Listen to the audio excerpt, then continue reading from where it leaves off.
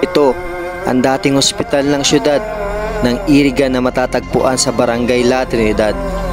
Maliit lamang ang gusali ng ospital na ito, ngunit mayroong malawak na bakuran para sa mga pasyente o kapamilya ng pasyenteng pumupunta dito. Malapit rin dito ang Kelang Dam ng syudad na kung saan ang pangalan ay Barret Dam, na siya ang nagsusupply ng tubig sa iba't ibang parte ng Rinconada area. Ngunit matapos ang ilang taon, ito ay tuluyan nagsara dahil sa rason na ito daw ay malayo sa bayan ng syudad ng Iriga. Pagpasok mo pa lamang ay makikita mo na ang napakalumang ospital sa lugar na ito. Nakatumbang punong kahoy na sobrang laki na halos hindi pa rin natanggal hanggang ngayon. Makikita mo sa gusali rin ito ang mga sira-sirang dingding, mga bintana walang salamin at mga pintong hindi nabubuksan dahil sa kinakalawang na kandado nito. At pagpasok mo sa isang kantin ng gusaling ito, dito mo rin makikita ang mga kahoy na naubulok na halos tinitirhan na ng mga anay. Kaya halika, samahan niyo ako habang ini-explore ko ang lumang ospital dito lang sa Iriga City.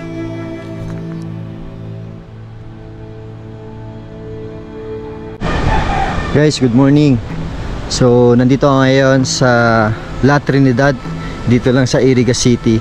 So, may binisita akong isang abandonadong hospital dito na kung saan malapit lang sa dam dito sa lugar na to. So, kung makikita nyo, ito na yun, no? So, halatang abandonado na. So, base sa mga tanong ko sa lokal dito, pwede daw pumasok sa loob. Maliit lamang na hospital pero talagang abandonado na. Sa gitna may flagpole pa siya. So pasukin natin to. So maghanap tayo ng tao dito na namamahala, tapos magpapaalam tayo. So ito yung abandonadong hospital dito sa lugar na to. Ayun, no? Halos sira-sira na rin yung mga grills ng bintana, tapos yung mga kesa may halos nagbabagsakan na rin.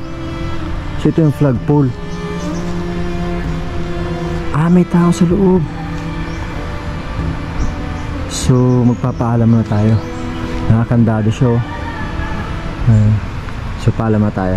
Alright, so kakatapos lang natin kausapin yung nakatira mismo dito sa dating hospital. So actually hindi naman talaga siya abandoned, kaso lang matagal na nagsara. Ngayon, after daw naging hospital to, naging training center na siya. So kung makikita nyo, napakalawak to. Yung likod ko, ito yung tig-vlog kong dam dito sa Iriga City. So mamaya mag-shoot din tayo dyan. Actually nakapag-upload ako ng isang video, nakaraan lang. So kung mapanood nyo, ito po yan sa lugar na to. So ito yung dating hospital dito na sinadjust sa akin na i-content ko daw dito sa page ko, tapos i-explore ko ng hating gabi.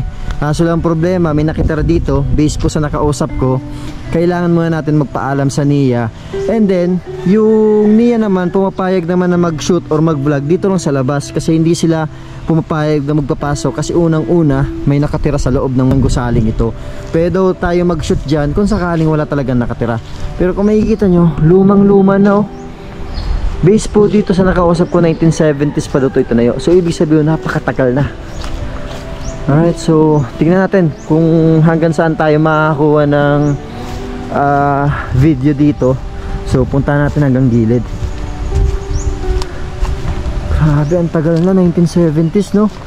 So kung makikita nyo, yung Kesame, sira-sira na. Ayun, yung mga ng bintana halos nagkataranggal na rin, no? Ayun. Dating training center pala siya.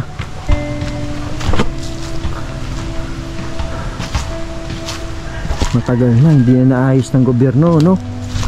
Ito naman yung likod. Ano yung nasa taas?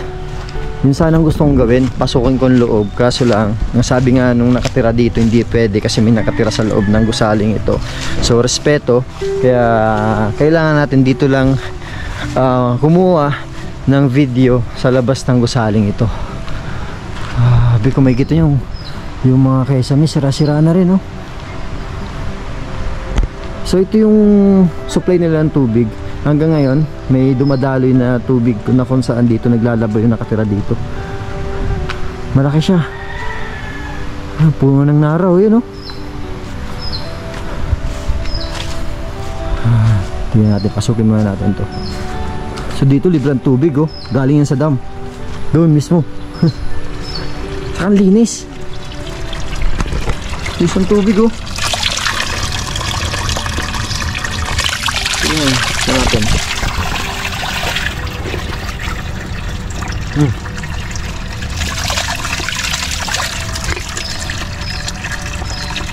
Linis. So ito yung ano nila. Grabe. So halos talaga napabayaan na rin. Hindi, parang tiraan ng tangay, no? Laki na, oh.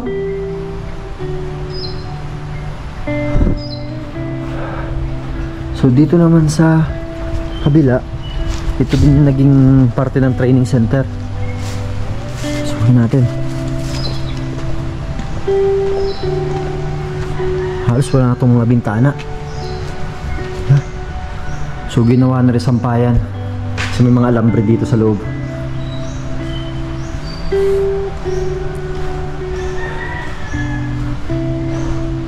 So possible ito yung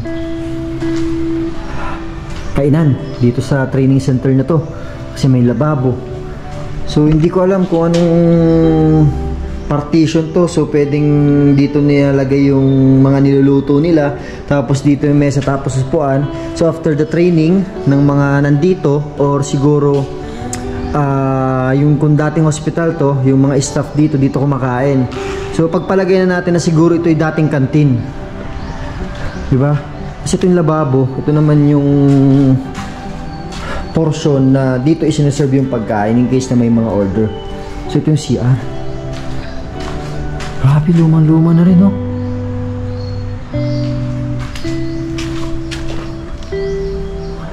Ang laki ng location niya so far. So ingat din tayo kasi baka may asi sa loob.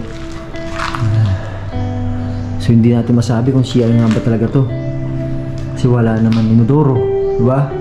Pero makikita nyo yung bubong sira na rin. Ano? Grabe. Tapos dito sila nakatira, diba? So based naman sa nakatira dito, wala naman daw ditong nagpaparamdam na kung ano-ano. Kasi almost 3 years na daw sila nakatira dito. Tapos yung dati nakatira daw dito before sila is 28 years na dito sa 20 years na tumira dito sa loob ng gusaling ito.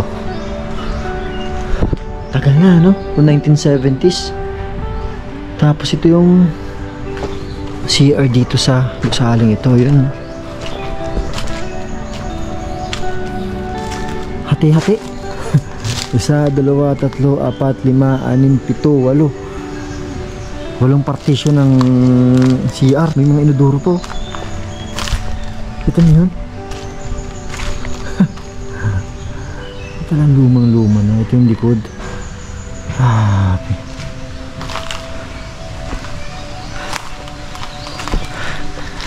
So sa nagsuggest na ikutin ko tong lugar na to, naikot ko na, pero pagpasensya mo na kasi hindi natin to pwedeng i-vlog ng hating gabi kasi unang-una may nakatira dito. Right, so syempre hindi naman natin siya pwedeng i-cover na may nakatira dito kasi baka matakot yung mga bata. Unang-una kasi isang pamilya nakatira dito, may kasama pang bata, so makaka-istorbo tayo sa loob. So at least napuntahan ko itong sinasabing abandoned na hospital, which is may nakatira naman pala dito. Kaya hindi natin masabi na abandonado siya kasi may namamahala sa loob. Right? So itong lawak niya, may kubo pa nga dito na pwedeng pagtambayan.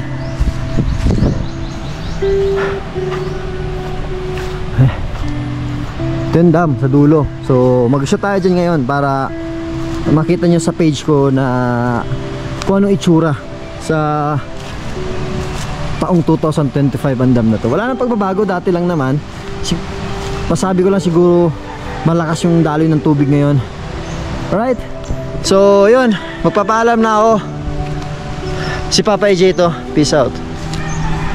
So akala ko itong sinasabing abandoned hospital doon lang sa may parting unahan ang lawak niya.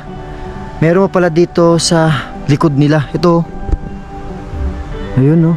Kasi hindi na siya pwedeng pasukin kasi unang-una yung lugar masukal na. Alright, ang kalaban natin dyan ahas na.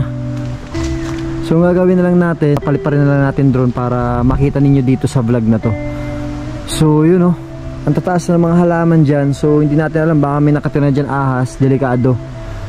Pero hindi lang pala to dito sa may parting likod ko. Meron pala dito extension na parang dalawa pang gusali na ginawa din training center. Kaya masabi ko malawak pala itong lugar na to. Naduno. Oh. So ito yung kaninang binablog natin. Alright, so ito yung extension na training center din. Oh. So at least nakita ninyo ang isang sinasabing abandonadong hospital dito sa location na to. So yun, paalam na ako, si Papa AJ ito. Peace out.